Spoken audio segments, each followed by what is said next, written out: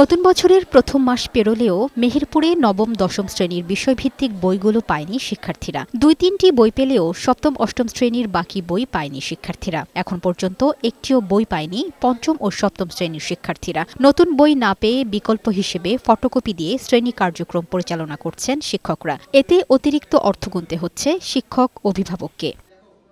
বই না থাকায় শ্রেণীকক্ষে পাঠদানে বেগ পেতে হচ্ছে বলে জানান শিক্ষকরা। শ্রেণীকক্ষে মনোযোগ হারিয়ে খেলাধুলা, ছবি আঁকায় সময় পার করছে অধিকাংশ শিক্ষার্থী। ফটোকপি করাচ্ছি, ছেলেমেয়েদের দিচ্ছি, মানে কোনোভাবে কার্যক্রম লেখাপড়া কার্যক্রমটা যাতে ব্যাঘাত না হয়, চরমভাবে ব্যাঘাত না হয়, সেক্ষেত্রে আমরা যতটুকু সম্ভব স্কুলের পক্ষ থেকে চেষ্টা চালিয়ে যাচ্ছি। আমাদেরকে ওই হিসাবে ক্লাস শিডিউলগুলো ওইভাবে করতে হবে, যে যদি তাদেরকে যদি এক্সট্রা সময় দিতে হবে। শিক্ষার্থীদের হাতে যদি অন্তত 80% বই না আসে, তো সেক্ষেত্রে কিছু সমস্যা দেখা দিবে। আশা রাখছি যে খুবই দ্রুত এই সমস্যাটা কেটে যাবে।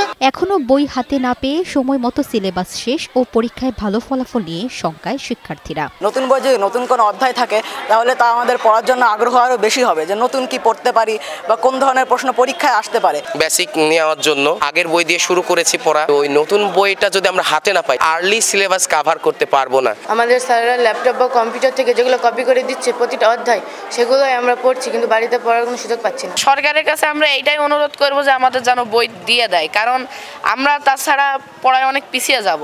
এদিকে বিষয়টি যথাযথ কর্তৃপক্ষকে জানানো হয়েছে বললেন জেলা শিক্ষা অফিসার। বই বাদে বলতে আমাদের যে অনলাইনে পিডিএফ কপি আছে প্রতি ক্লাসের, সেই পিডিএফ কপি আমরা স্কুলে সরবরাহ করেছি। তাতে বলেছি আপনারা পড়াশোনার স্বার্থের জন্য আপনারা প্রতিদিন কিছু ডাউনলোড করে একটা অধ্যায় ডাউনলোড করে সেগুলো আপনারা পড়াবেন। যে বইগুলো পেয়ে থেকে আমরা প্রতিদিন আমাদের ঊর্ধ্বতন কর্তৃপক্ষকে রেগুলার আমরা আপডেট জানাই। চলতি বছর মেহেরপুর জেলায় মাধ্যমিক ও প্রাথমিক বিদ্যালয়গুলোতে বইয়ের চাহিদা ছিল 14,84,960টি, আর পাওয়া গেছে 4,24,901টি বই।